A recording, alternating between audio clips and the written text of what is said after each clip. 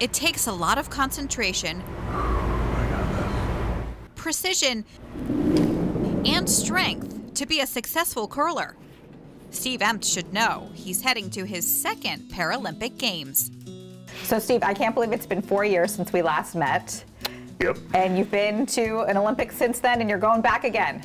Amazing times. I had a great time in Pyeongchang, South Korea, and last 4 years have, been ups and downs for a lot of people, but a lot of training, a lot of hard work, and made a team again. So yeah, I'm excited to head out in a few weeks to Beijing and represent the country again.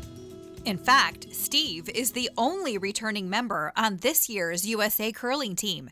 I got this. His "I got this" mantra is what Steve repeats every time he throws a stone. And it's also his mantra for life these days. But it wasn't always that way. March 24th of 1995, 25 years old, I made a terrible decision to get behind the wheel of my brand new truck after I've been drinking, a few hours with my buddies, and passed out behind the wheel, driving about 85 miles an hour, I was told, and my truck went off the right side of the road and hit a ditch and cartwheeled and rolled and flipped 75 yards down the road. I woke from my coma and realized, I was told at 25 years old that, you know what, Steve, you've been in a bad automobile accident, you're never going to walk again. What do you do there? Wait a minute, I'm Steve Empt. I'm the greatest athlete my high school has ever seen. I went to West Point. I'm the West Point cadet. I played basketball at the University of Connecticut. For Coach Calhoun, and now you're telling me I'm never going to walk again.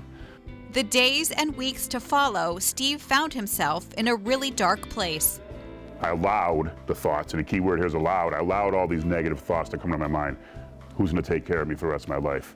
Who am I going to be a burden on? Maybe this world's a better place without me in it.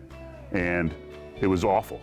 But then something amazing happened. I healed up, and they put me in a swimming pool. And as I was in there, I had a life jacket on, and as I'm floating around my swimming pool, my rehab facility, I had the aha moment. I have to change my thinking. And so he did. Steve started living again. And when curling came into his life, he embraced it and fell in love with the sport. He trains hard here at the Norfolk Curling Club and continuously improves.